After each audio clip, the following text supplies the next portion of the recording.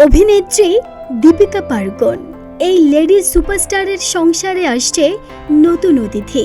এই সুখবর অনেক আগেই দিয়েছেন অভিনেত্রী, যদিও এ নিয়ে অনেক গুঞ্জন ছিল। সোমবার সামনে আনলেন বেবি বাম্পের ছবি। এই ছবি সামাজিক যোগাযোগ মাধ্যমে মুহূর্তেই ছড়িয়ে পড়ে। তার সঙ্গে রয়েছেন স্বামী রণবীর সিংও। দীপিকা এই বিশেষ মুহূর্তটিকে একটি নতুন ফ্যাশন ট্রেন্ড হিসেবে শেয়ার করেছেন, যেখানে তাকে অসম্ভব সুন্দর দেখাচ্ছে।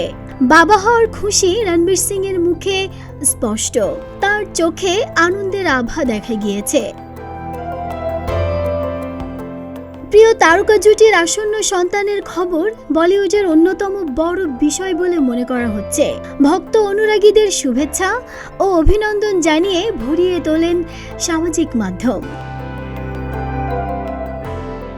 দীপিকা রণবীর কিছু না বললেও নেট নাগরিকরা বলছেন 28 সেপ্টেম্বরই প্রথম সন্তানের মা হচ্ছেন দীপিকা। এর পেছনের কারণ অবশ্য অন্য। 28 সেপ্টেম্বর দীপিকার প্রাক্তন প্রেমিক তথা অভিনেতা রণবীর কাপুরের জন্মদিন। শোনা যাচ্ছে দক্ষিণ মুম্বাইয়ের এক বেসরকারি হাসপাতালে দীপিকা ভর্তি হবেন। প্রথম দিকে অবশ্য শোনা গিয়েছিল সন্তান জন্ম দেওয়ার আগেই দীপিকা ও রণবীর পৌঁছাবেন লন্ডনে।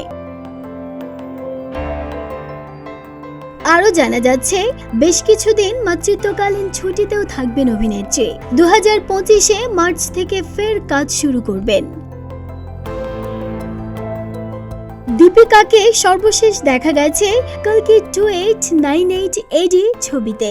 অন্তঃসত্ত্বা থাকাকালীন এই ছবির শুটিং করেছিলেন অভিনেত্রী। ছবিতেও এক অন্তঃসত্ত্বা নারীর চরিত্রে অভিনয় করেছিলেন তিনি। দীপাবলিতে দীপিকার আসন্ন ছবি সিংহাম অগেইন মুক্তি পাবে। ডেস্ক রিপোর্ট, প্রতিদিনের বাংলাদেশ।